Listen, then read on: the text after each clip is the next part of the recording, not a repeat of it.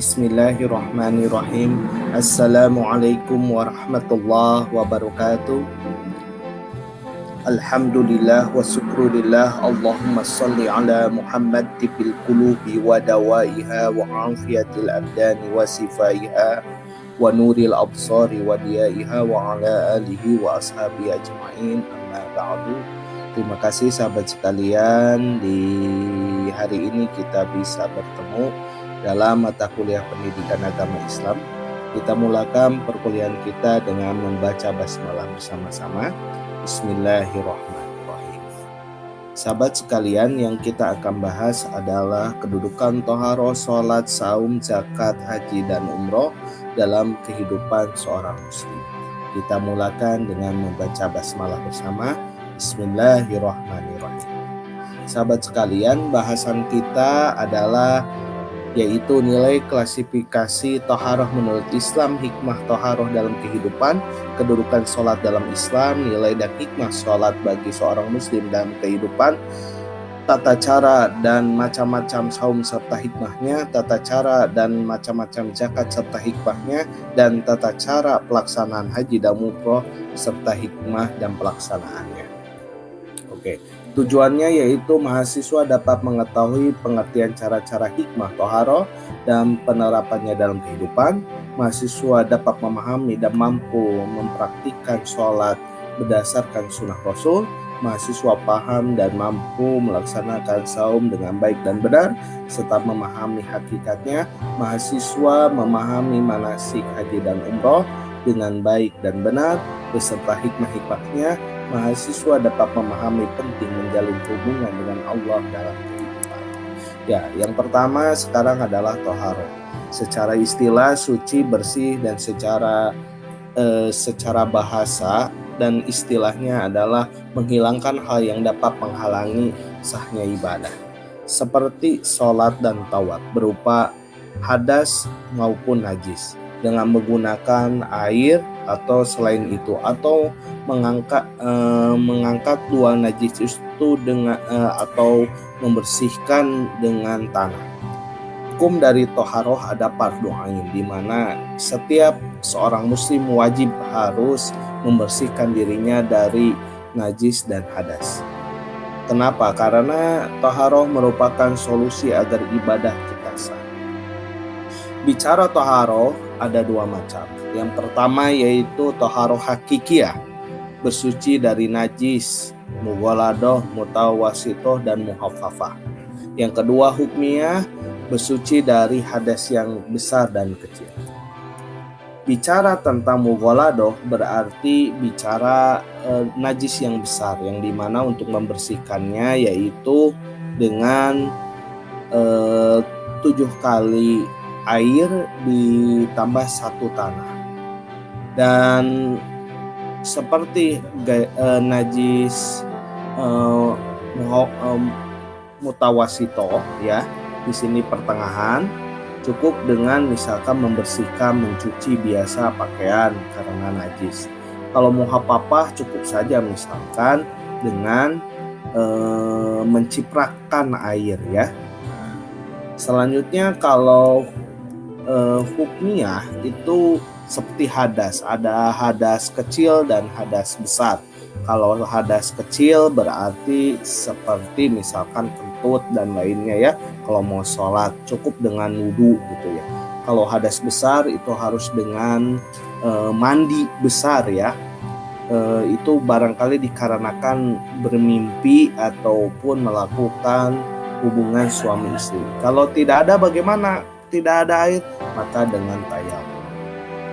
Hikmah dari taharoh ini sangat banyak. Yang pertama yaitu termaksud tuntutan fitrah manusia.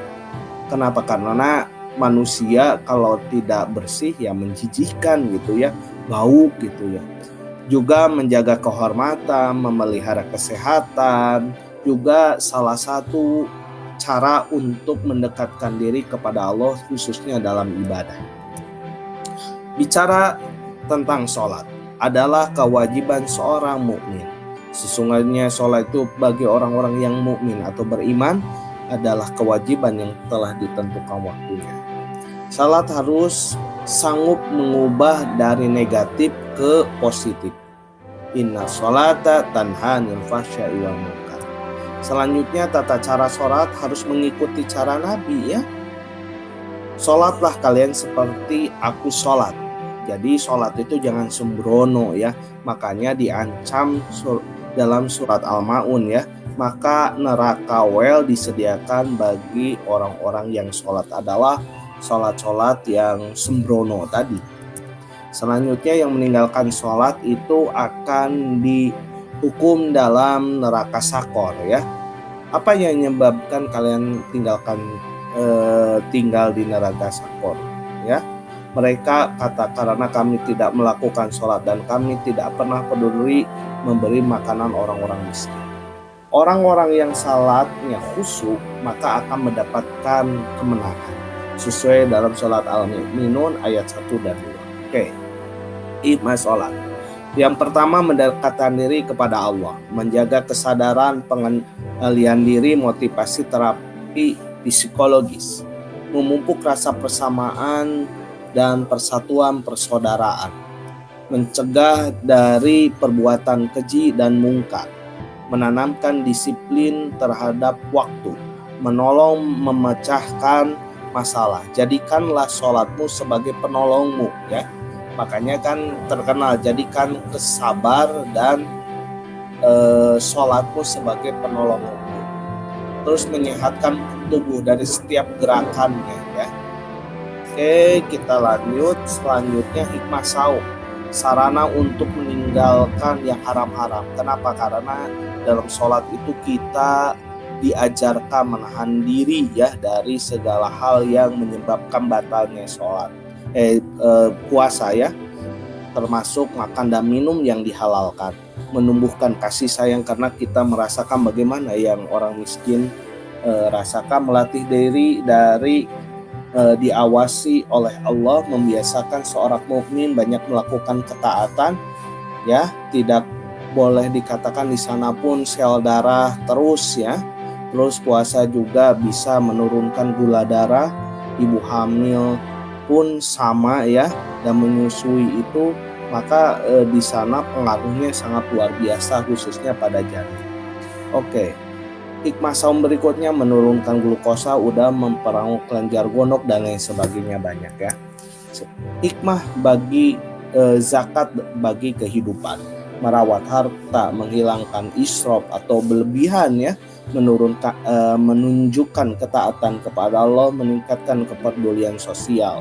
Nah, puasa ini luar biasa bagaimana kita memperlihatkan sebuah kepedulian kepada masyarakat ya, bahwasanya kita manusia punya rasa kemanusiaan, punya kasih sayang ya. Bukan hanya di sana sebuah kewajiban, tapi manfaatnya yang luar biasa. Selanjutnya hikmah dari haji dan umroh. Pertama, boleh dikatakan haji dan umroh ini adalah perjalanan spiritual bagi seorang muslim.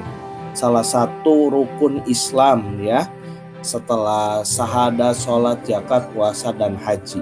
Di sana ada juga yang namanya mengenal diri, mengenal Tuhannya. Ketika kita melaksanakan haji, maka akan ada suatu muncul dalam hati itu spiritual, bahwasanya kita sebagai makhluk Allah yang kecil, karena di sana ada jutaan orang dan tidak terbatas yang namanya suku, adat, dan berasal dari mana.